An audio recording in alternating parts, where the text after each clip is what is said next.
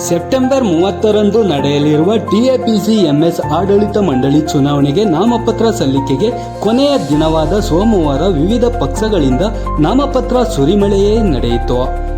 ನಾಮಪತ್ರ ಸಲ್ಲಿಕೆಗೆ ಇಂದು ಅಂತಿಮ ದಿನವಾದ್ದರಿಂದ ಬೆಳಿಗ್ಗೆಯಿಂದಲೇ ವಿವಿಧ ರಾಜಕೀಯ ಪಕ್ಷಗಳ ಮುಖಂಡರು ಟಿಎಪಿಸಿಎಂಎಸ್ ಕಚೇರಿ ಬಳಿಗೆ ಧಾವಿಸಿ ನಾಮಪತ್ರ ಸಲ್ಲಿಸತೊಡಗಿದರು. ಎ ತರಗತಿ 8 ಹಾಗೂ ಬಿ ತರಗತಿಯಿಂದ 33 ಸೇರಿದಂತೆ ಒಟ್ಟು 41 ಮಂದಿ ನಾಮಪತ್ರ ಸಲ್ಲಿಸಿದರು.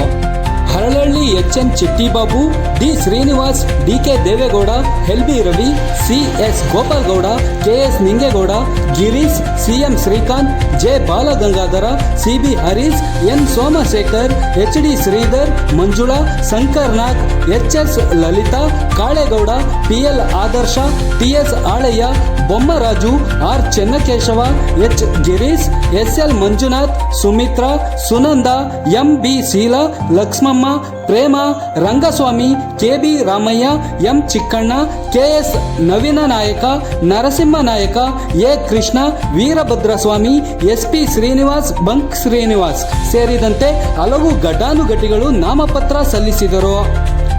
ಕಾಂಗ್ರೆಸ್ ರೈತ ಸಂಘ ಮೈತ್ರಿಕೂಟದಿಂದ ಅಭ್ಯರ್ಥಿಗಳು ನಾಮಪತ್ರ ಸಲ್ಲಿಸಿದರೆ, ಲೋಕಸಭಾ ಚುನಾವಣೆಯಲ್ಲಿ ದೋಸ್ತಿಯಾಗಿದ್ದ ಜೆಡಿಎಸ್ ಹಾಗೂ ಬಿಜೆಪಿ ಪಕ್ಷಗಳಿಂದ ಅಭ್ಯರ್ಥಿಗಳು ಪ್ರತ್ಯೇಕವಾಗಿ ನಾಮಪತ್ರ ಸಲ್ಲಿಸಿದರು.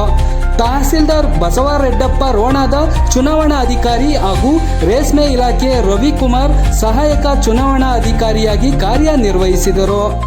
ಈ ವೇಳೆ ವಿವಿಧ ಪಕ್ಷಗಳ ಮುಖಂಡರಾದ ಜಿಲ್ಲಾ ಪಂಚಾಯಿತಿ ಮಾಜಿ ಸದಸ್ಯರಾದ H Manjunath, C Ashok, S N T Somashekar, Balagatta Ashok, Srinivas Nayak, Somachari, Narasimhachari, C R Ramesh, Bharath Patel ಇತರರಿದ್ದರು.